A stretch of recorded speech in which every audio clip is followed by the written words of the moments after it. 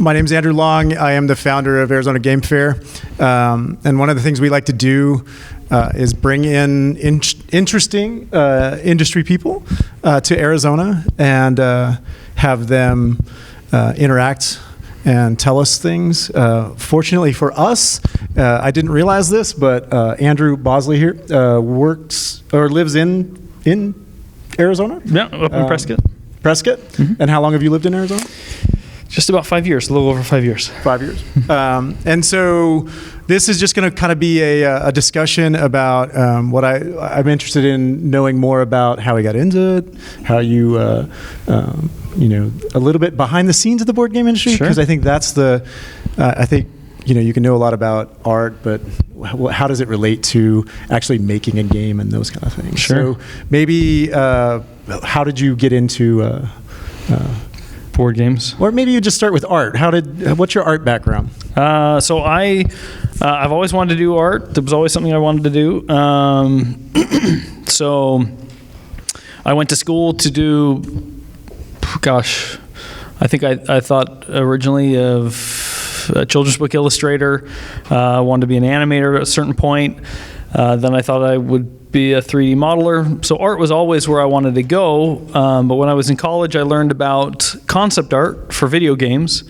And that's just basically the guys that, in say like a Star Wars film, there's dozens of guys that are working to just come up with interesting ideas for designs for ships, for creatures, characters, whatever it may be. And when I learned that I could just be employed drawing all the time. It was a win. That was like, okay, that's the only thing I want to do. So designing cool things was awesome. So So regular college, or was it an art school? I mean, did you go to art school, or did you just? I didn't go to an art school. I got an illustration degree. I got a BFA, which is a 5-year degree in illustration and animation from San Jose State University.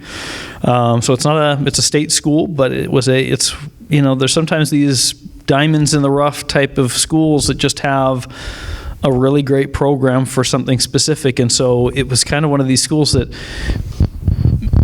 people in the industry had gotten to know, but not many not many art schools recognized it as necessarily a great school to go to. So when people go, and still to this day, even though it has a wonderful program, and there's other colleges out there like it, non-art school colleges, to this day, if you go and you look online, what school should I go to be a concept artist or an illustrator? San Jose State will never ever show up. It's always going to be the big art schools, but it was a fantastic program, very well rounded. And then did you get a job after? Did you go into the industry right after that, or how did it work out? I did. I took a detour slightly. I actually worked at Hallmark Cards, illustrating cute animals on greeting cards for a summer, and I absolutely loved it. It was fantastic. I was in the cute department. That is a real department in Hallmark, and my market was 40-year-old plus women sending cards to 40-plus-year-old women. So that was on your business card? That I should have put it on my business card. If I was really invested in it, stayed, I probably would have. But no. So I took that little break. But I knew I wanted to continue in concept art, so I worked for Ubisoft for 7 years, working on mostly Ghost Recon, Rainbow Six, a little bit of Assassin's Creed stuff, and a lot of new IPs that were just getting started. So there's a game that came out a while back for Honor that was a fairly big hit. I was one of the first concept artists working on that. So how does that work? So you're assigned to a video game, mm-hmm. and what do you get? Do you get like a script, or how do you start with your conceptual art? It's different for each thing, but our team was really interesting for all of Ubisoft, though I worked in the North Carolina office at Red Storm. There are people that are their sole job is to come up with new video game ideas, and so they would come and go, okay, here's the design for what this game should look like. We need to create a pitch. So you concept artists, we need a big illustration that shows what's going to happen, the big action thing from this game, and then we need some character designs and things like that. But usually it's really small amount of information, and then we just try to make it look cool and try to sell it. So that's what we would do with the new the new game ideas that hadn't been greenlit to be made yet. But and was this in California, or were you? No, I was in North Carolina, but we would work with whatever studio. So Ubisoft has their main studios are in Montreal and Paris, but I worked on games for studios in the UK and China. We were basically a service bureau for all of the dozens of studios that Ubisoft has all over the world. And you got out of that, or are you still in that? Or how does? I'm not as much anymore. Not as much anymore. And I left. I knew I always wanted to be a freelance concept artist and illustrator. So about 5 years ago, at exactly the same time as I moved to Prescott from North Carolina, I quit my job and went freelance. And so I left all the really big fun projects and just was working on small little things, but that would pay the bills and whatnot. And so I left, but even until, now I still do concept artwork for clients, but it's for the last about a year and a half, it's almost been exclusively board games. So how did that transition from video to board games happen? So when I knew I wanted to go freelance, eventually years before I left Ubisoft, I was working on my portfolio for freelance stuff. So I was doing freelance work for a lot of companies, for many companies that we know, Fantasy Flight Games, AEG, things like that. But I was working in the fantasy illustration side of things, working on RPGs, and so while I still do some of that, the big transition was more towards tabletop. But so I was working in fantasy illustration, doing stuff for Descent, Legend of the Five Rings. But how did that come out? Was it you were into board games and you sought that out, or did they see your stuff and? Yeah, that's a good question. Sorry, I've always been into board games. I've always been into analog games of any type. So I was always a big fan, always playing. It was actually just as I was beginning to make this transition that I went to a convention out in Kansas City that's more for fantasy illustration and stuff like that. And someone there that has since become a good friend of mine, he was looking at my portfolio. We had never met, and he was like, you know what, you would be really better suited for tabletop games. And I had never ever considered it, never thought about it, and I was still trying to chase, working on Magic the Gathering cards and things like that, which is a great opportunity, but just not a fit for me. And so I left that alone, but it was through my work with Fantasy Flight doing these RPGs and such that eventually they started to see that my style would better fit for certain things. So. Sure. So out of the blue, they needed an artist for a reboot for Mission Red Planet, and by design which we have back here, if you can. Yeah. Boom. And so that was my first tabletop game that I worked on. It was a really neat thing. They were great. They were very trusting. They liked my style of work. They paid you on time, and they paid me on time. They paid me. They paid you. Many publishers don't pay timely sometimes, but no, that was a fun time. Honestly, it just came out of the blue. It was a neat opportunity, but I got a chance to work with Bruno Faiduti for that project, and then when that was finished, I think it was about a year later that they came back. Bruno asked for me to work on Citadels. And so I did that work. So you actually worked with the designer. So do you get a prototype? Explain how Mission. It's a beautiful cover. How did that come about? Mission, kind of the steps of.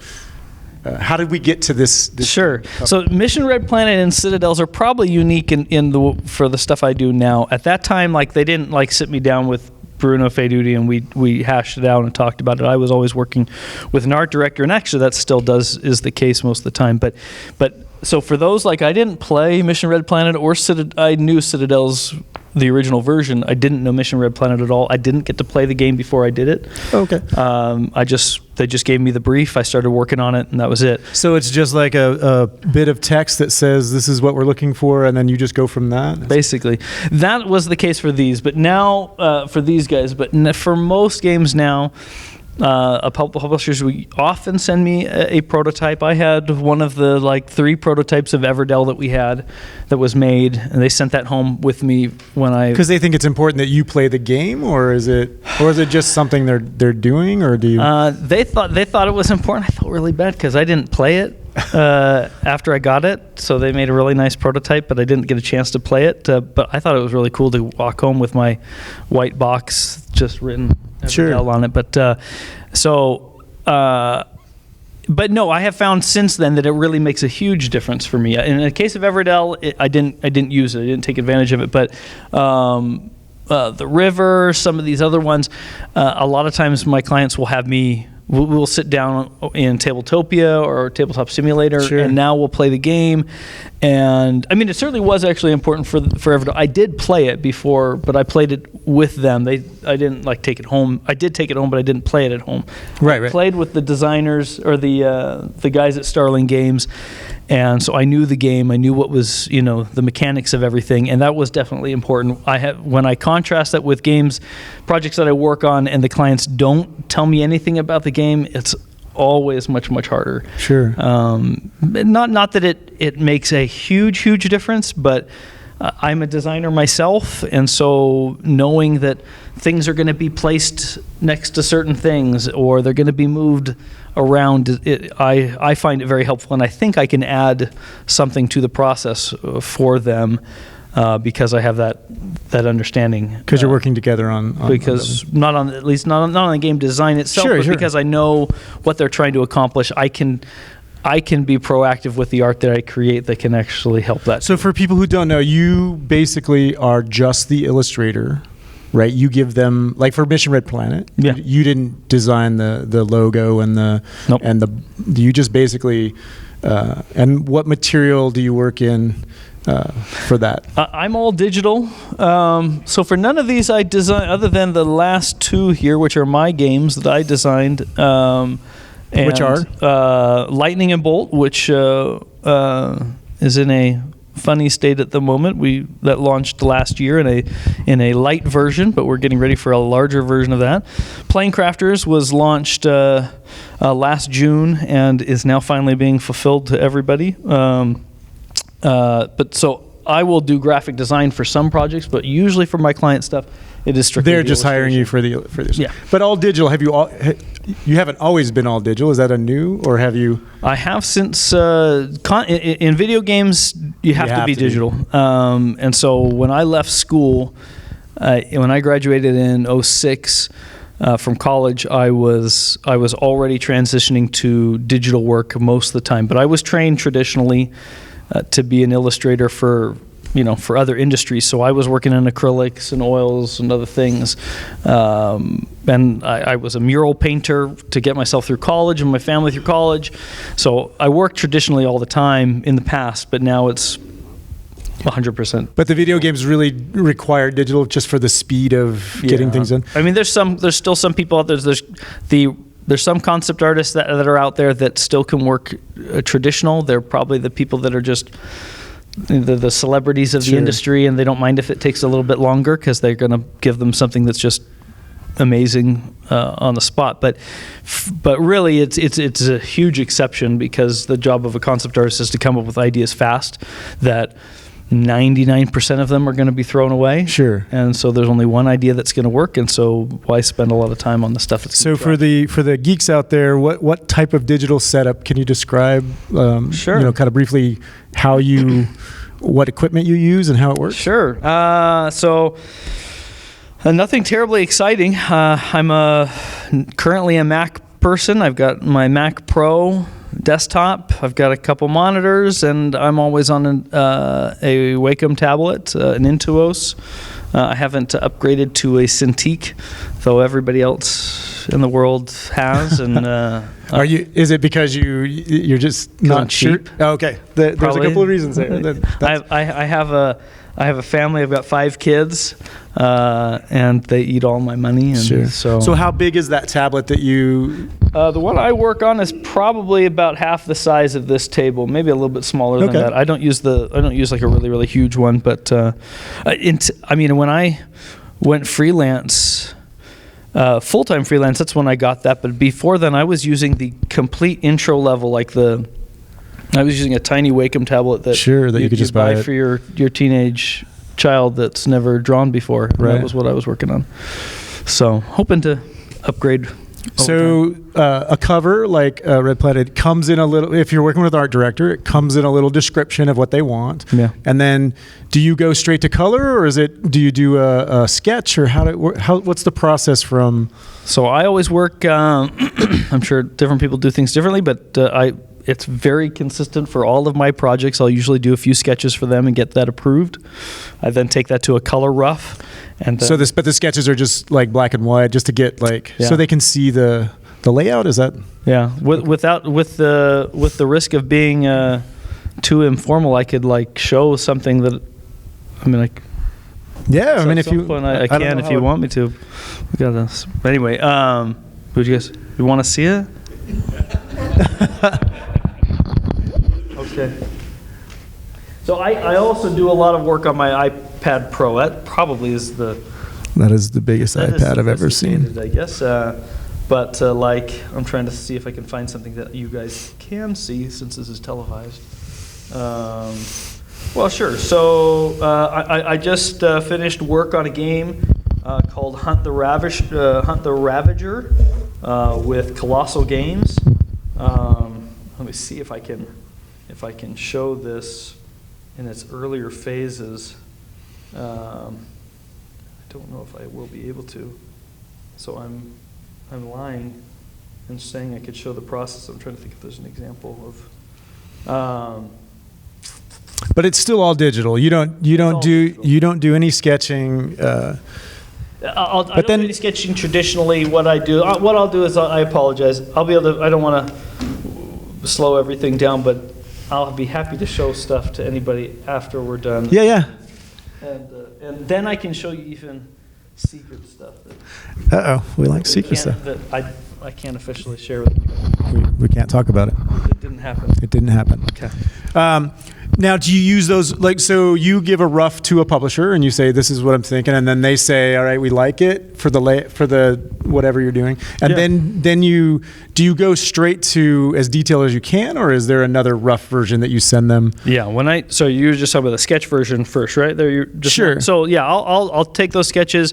For my client and myself, I don't really want to waste time if I don't need to. So I've had really difficult situations where I'll move forward with something and then I have to go back and change things that they're a lot harder to change. So I'll go through that sketch phase. Once that's approved, then it's part of my process anyway. So doesn't take me any extra time to go, just the time to get it approved. So I'll do a rough in color, and it'll be, usually they don't ask for more than one of that. Once we get a composition that looks good, my clients are usually pretty trusting now to just let me go in a direction that I like. There might be some minor changes, but so I'll send them a color rough, and that's very rough. Again, I can show some examples later on, but I mean they're just there to it's be the same as squinting at some postage stamp. It's really, really rough, but just to make sure that we're not wasting our time exploring a direction that's completely wrong. Sure. So then from that point, once that's done, then it's when I really get into the noodling of detail with the final and stuff. And then, so what kind of time period are we talking? So does it vary per publisher, or is it like how much back and forth do you go through? Is it For a cover, it's usually something that I takes a bit more time, just because it has to represent the product so much. For some illustrations, I'll go through the same process, but skipping most of the feedback and an approval process, and I can get through an illustration. Like, for those that are familiar with Everdell, I'm usually finishing a card per day, an illustration for one of the cards per day, but the Everdell cover took about a week to do. And that's usually about normal for all of these. But it doesn't matter the size of the game because the art is the art. Yeah, not really. Yeah. How did your work in video games and all that, how did it influence your board game? I don't know if it influences the direction of the art that I do. I mean, other than just the natural progression of any artist, but I think being a concept artist for so long really influenced. Yeah, Tom Petty is going to be joining us tonight. That's right. It's the Phoenix Symphony does Tom Petty, so it's going to be an interesting evening. Awesome. I think the thing that has been the most beneficial for all of my art career, having concept art first, is I don't get married to ideas really. I know most stuff is going to get thrown away, so it makes it easier for me to explore things. When my clients ask me to spend some time concepting out the look of a game, or that's been a really valuable. There's a game going to be coming out this year or announced this year that's going to be quite big, and I did all the graphic design for it, all the illustration for it, and I concepted out the entire game. So I took I was designing everything as a top-down view from the very start, and I think having that concept art background really helped to ideate fast and throw away. Is that again things. where did you work with the prototype, or did you just because you say no? And that's it's interesting. That particular one was, and being the graphic designer on it as well made it very, very difficult, because that one actually I won't say what it is, so it's okay. I didn't even know how to play the game, or there were things that were being introduced over the process for any of those that are designers. That game design can change over the process, and that was happening while I was making artwork at that time. Sure. So the cover, was easy to make, but we were changing artwork all over the place and graphic design elements, because the game was being was being play tested and then changed and play tested and changed while I was working on it. While you're working on it. So let's take you back to video game concept versus board game illustration. What do you love about the board game that you didn't like about the video game, or vice versa? Like, why is what you're doing now better or worse? I mean, maybe a little bit of both. I love both. I've always been both a video game player and a board game player. I will say there were times when I worked in video games, especially in a studio environment, where I didn't have any choice in what was being made. I was just another peon in the whole scheme of everything.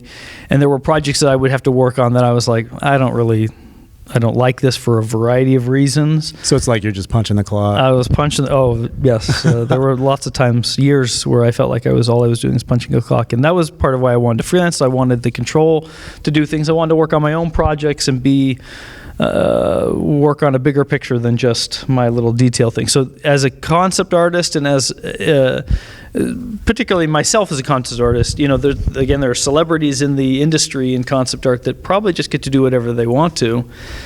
But I was a normal guy as a concept artist that just needed to do the job that needed to be done. And so I didn't always love what I was working on. I didn't always love the projects, and I'd be on them for months, years. And so that was something I was glad to leave behind. Another thing, while I love video games, I love and I know that there are ways to be playing video games that are cooperative or working with other people. It is often a little bit more isolated, singular activity, and I loved the board games, and that's why I always had loved it. It was something that brought other people together in one location to play, and you're interacting with each other. To me, for my kids, for myself, there's really not in my mind a challenge in my mind as far as, am I wasting time playing a board game or wasting time playing a video game? For video games, I don't know, maybe it's the dad in me that I felt it even when I was in school. I'd have to throw away I think every 6 months I would throw away, or every year I'd throw away all the video games I had collected, because I would spend all my time playing video games and not working on my stuff for school, so I'd throw it away. And then somehow magically after another year, I'd accumulated more games, and I was wasting time again. And while that you can do that, I'm sure, with board games, at least I was not, late at night at 2 o'clock in the morning by myself while my wife is asleep and I'm just shooting people, which I still enjoy. But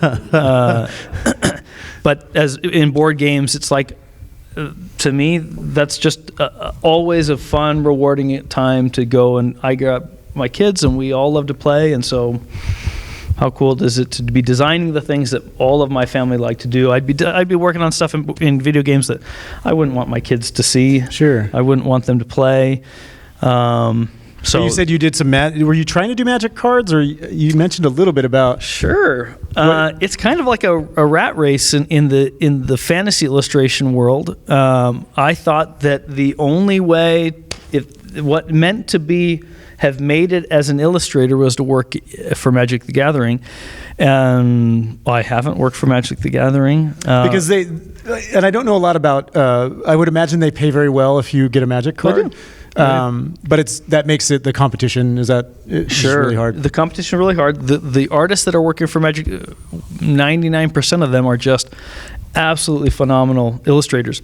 So it wasn't a question of, it didn't change my mind that I always looked up to those artists. I still look up to those artists. They are fantastic artists, but they have a style, and I for a long time I would be doing fine as a freelancer in other things, but still in my head thought that I really haven't. That's what you need I haven't to been shoot, successful unless I'm working for you're on. Magic, and then I learned later on that after talking to many Magic artists, realizing that while yes, many of them absolutely love what they do, a lot of people were very frustrated with the industry, frustrated with the company, frustrated with other things.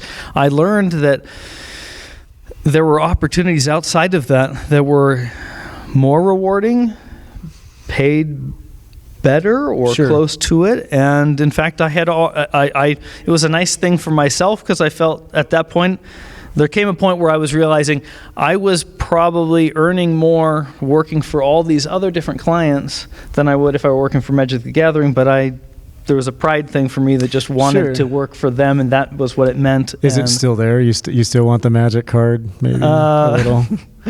No. I don't know if I do. Of course, I'm sure there's some. It's like I would love it if Lucasfilm, or if I was called to work on the next Star Wars as a concept artist. That's what I thought in concept art was what it meant to make it. But no, I don't think so. I've given up that there's even a fit there. Sure. My art is not the art that would fit for that, and I'm very happy with the direction. You found that a I'm place that you.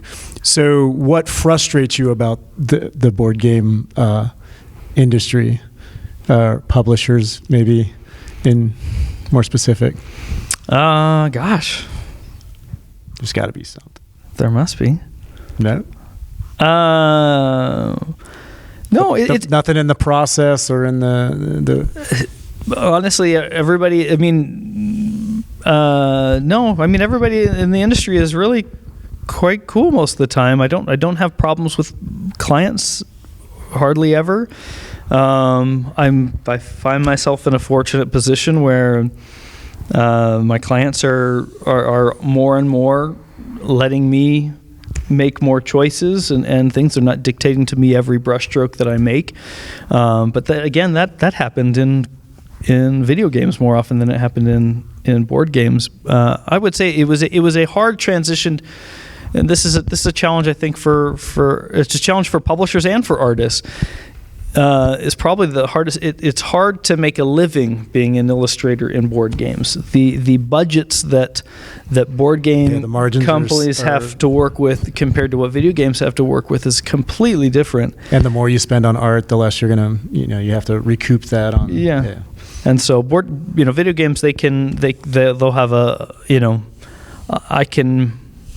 Anyway, there's a big difference, and so it's a little bit more of a challenge if I want to be working in board games, which I love always. It's a little bit harder of a career than it is in video games.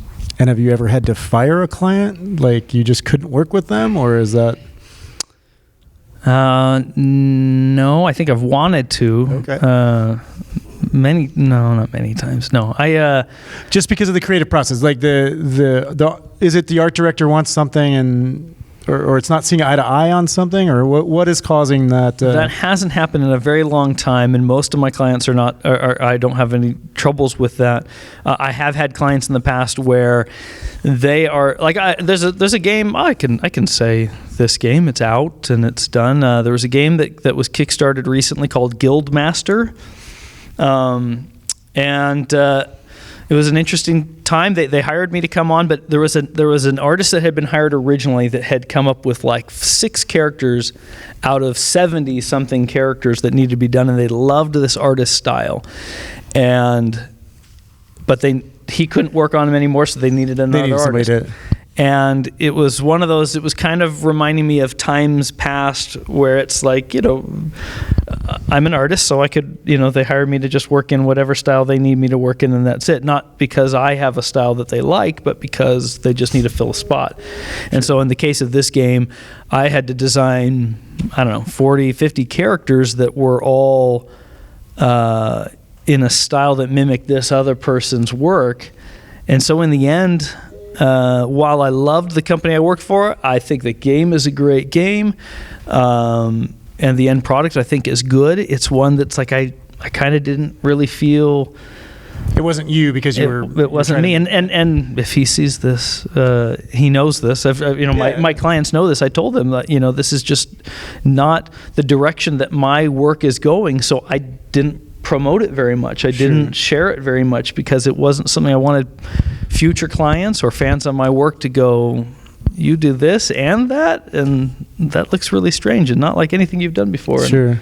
So it's so sometimes, and during that process, because I needed to mimic somebody else's style, there were frustrations on both ends because I wasn't that artist at that time or ever, and so the creative process was a little more difficult in that, though. Again, the people I worked for were fantastic, and I would work for them again. But I don't have. Very fortunately, those are not experiences that I have very often. So. Sure. How does pay work? Is it an hourly? Is it a project, or does it vary, or what is your? If I were to hire you to make my board game, what are you don't have to. I mean, we don't have to go into specifics if you don't want to. But I mean, how does it work?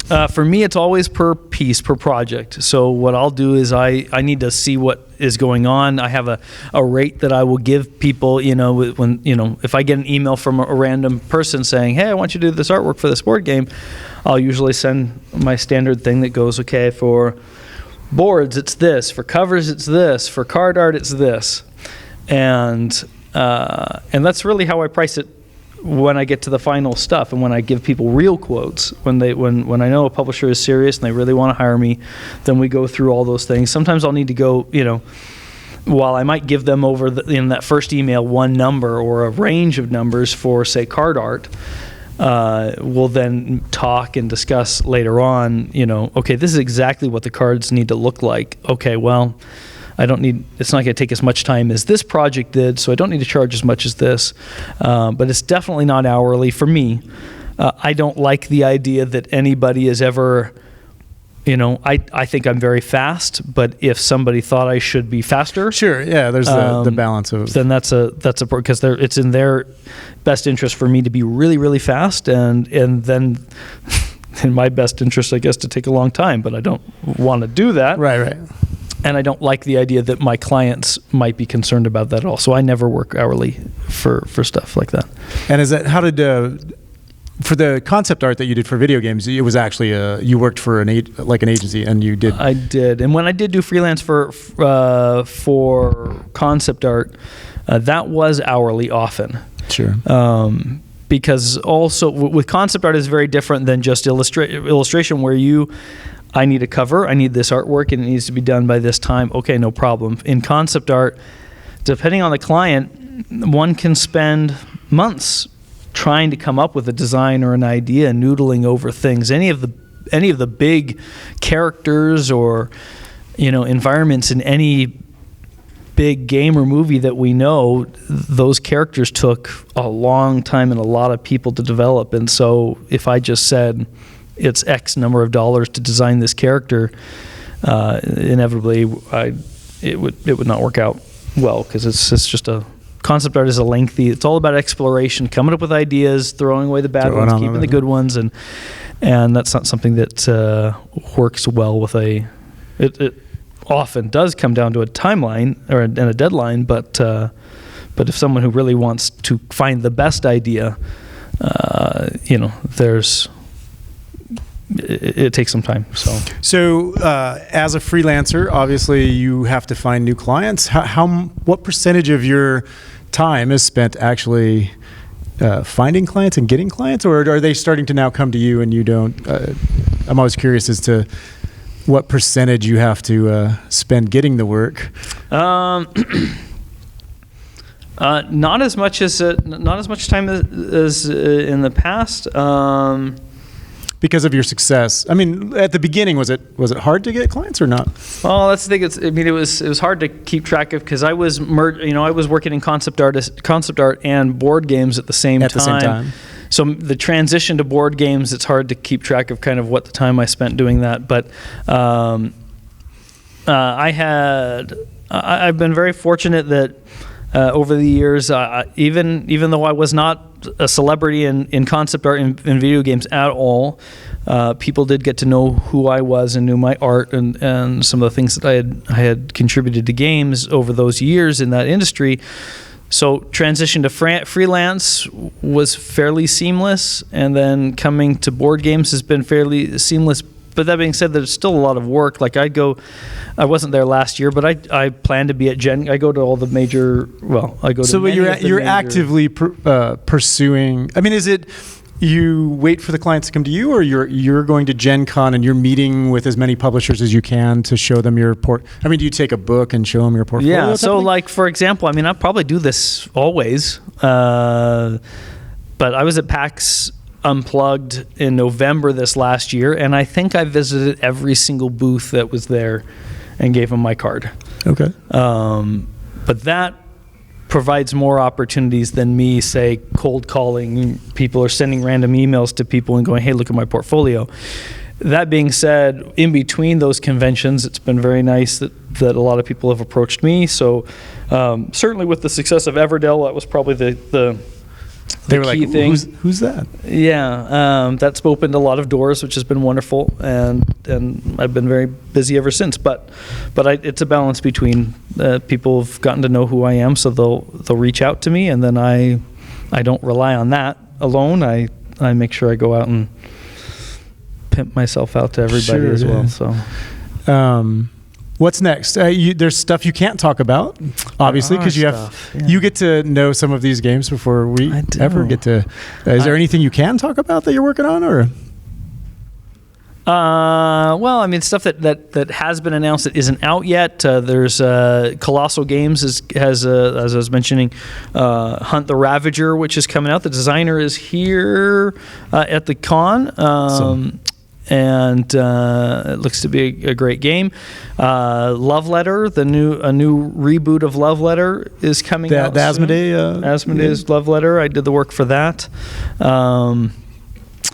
Unfortunately, I mean, I'd love for people to keep an eye out for Lightning and Bolt. That's probably going to be in the next few months. Well, let's take that. So, how do you approach your work, your games, and your thing differently than, say, where you have an art director and a company telling you this is what we're looking for? How is it different? And it certainly goes faster because they're paying me. None of my projects I get paid for that are my own, even after the Kickstarter. Planecrafters is a wonderful game, and I think is really cool. But sadly, I think we're gonna literally break even with like. So they always take a back seat to any other client projects, so it's slower, unfortunately. I really approach my own games the very similar way. Again, with the concept art background, I've got a design which I'm happy to share after the thing here. There is a new cover for Lightning and Bolt that anybody who had heard about Lightning and Bolt before, they wouldn't have seen before, but it's taken me, I will go through so many different designs for a cover that I would never have the luxury with a client to spend that. But you're sort of doing time. some of the game design too, right? Or- I'm leading the game design right now for Lightning and Bolt for the most of it. Is that where you want to go, or is it just like the idea of doing the whole package? Is that what you like about it? Or? I really like the whole package thing. I don't see myself as always designing games for the things that I work on, but I do have fairly ambitious plans for board game creation that I will be managing large parts of it. That would definitely include artwork that I will be doing all the artwork for. It will involve a lot of world building, and there's some projects on the horizon that I'm creating that I will be taking a very active part in the board game industry, more than just art. Cool. But it may not necessarily be that I'm always designing things. Okay. I think we're going to need to wrap it up for time, but we have some time for anybody has any questions from the audience. Anybody? Yeah. Have you ever worked on any concept designs or any with anybody for miniatures or components, like plastic components or miniatures or anything like that? I did. One of the very first things I did with Fantasy Flight, this is a long time ago, I haven't done it recently, except for my own projects. I was doing stuff for, I think it was Fantasy Flight that did a Game of Thrones game. I was doing some miniature turnarounds for them at the time. And some of their other projects, they had some Cthulhu-themed games in the past. And These are just the sketches that It'll just be a drawing. I'll design it. Come with a sketch, and they'll go, okay, yeah, you need it from every single angle, and I'll draw. And then the sculptors use that to make the. Okay. Yeah. Anybody else?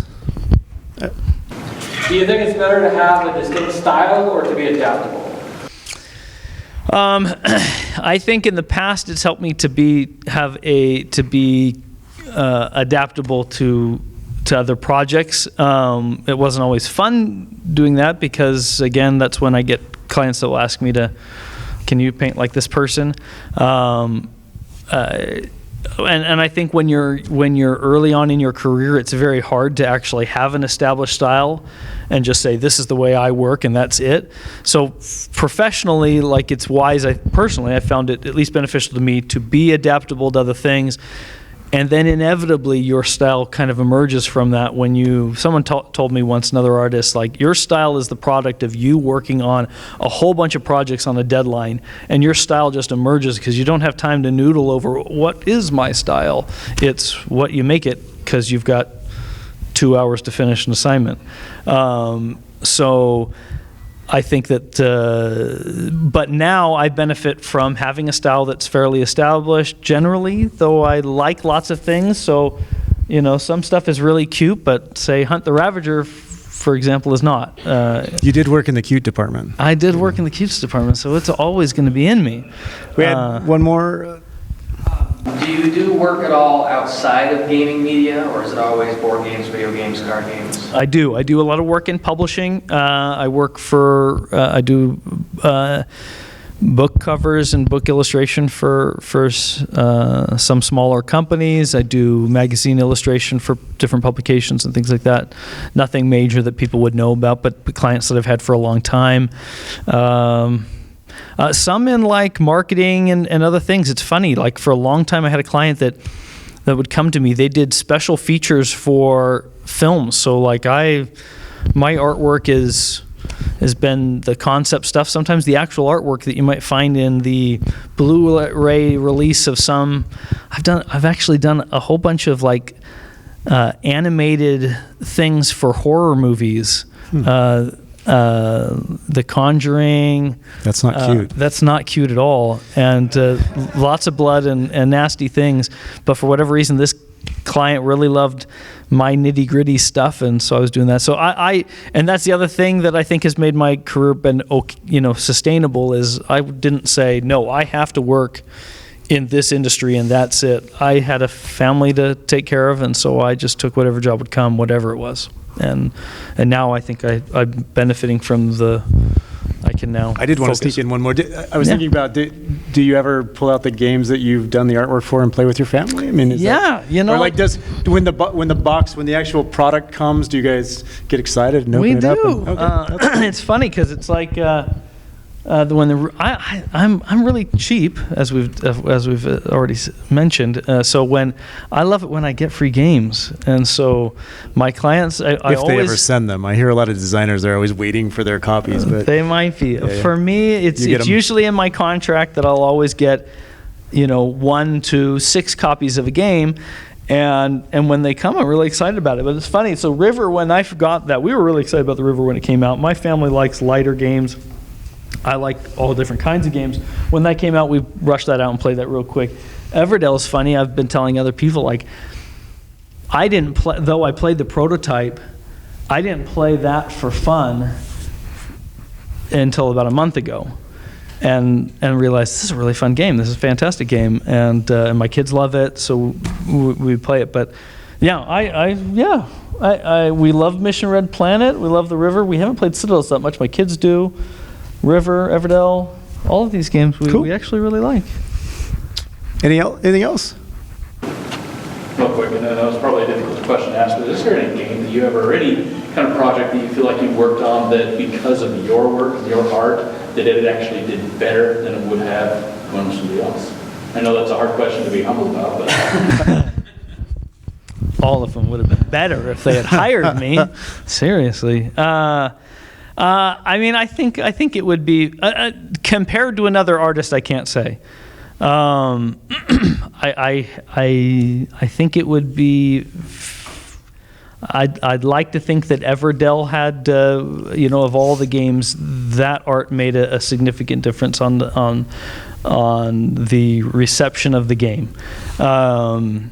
It was something, and I'd like to think that it was a combination of everybody's excitement in that game working on it. But of course, I would love to think that all of the games had an impact because of my art. But there's so many great artists out there that are doing fantastic things that if somebody else were to have come along and done Everdell, I'm sure it would have been fantastic. It was like, I don't know, maybe it was the Hallmark years in me, the cutes, that made it work so well. But I mean, anybody wanting, if they approached me and said, hey, we got a game that's kind of like Redwall, and and I was like, okay, I'm sold right away. And I would think a lot of artists would just go, oh my goodness, that'd be the coolest thing to work on. So they'd make it awesome. So I'd like to think that I made a significant difference to it, but I'm sure a lot of great artists would have done amazing things with it. Cool. Thank you so much for coming to the Game Fair, and we appreciate your insight into your art. And why don't we all give him a round of applause? And Thank you, guys. Appreciate it. thank you.